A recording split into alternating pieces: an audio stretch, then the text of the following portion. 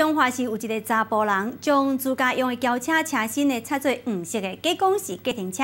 进前呢，伫咧中华火枪头有人客载3个人客，依照路停的远近，拢总收上1000块。中华监理站根据报案了后，是前往来拿查，当场就查获着违法载客，甲伊重罚10万块。同时呢，也吊扣着牌照甲驾照各4个月。我就尽量快卖大头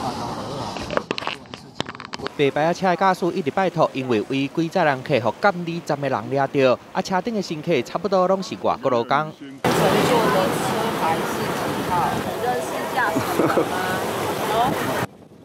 监理站的人摕翻译机来问话，外国劳工无违法，敢若是坐着白牌车尔。伫咧中华有民众甲家己的轿车插作黄色的，去车头附近载人客，因为车身甲客人车看起来真像，真侪外国劳工甲外地游客拢分袂清楚，但到坐起了后，才发现这是无跳表的。你跟乘客都有认识吗？对，都有认识。一个人头算多少？算100。驾驶方掠承认叫人头来收钱，一个人收几落百块。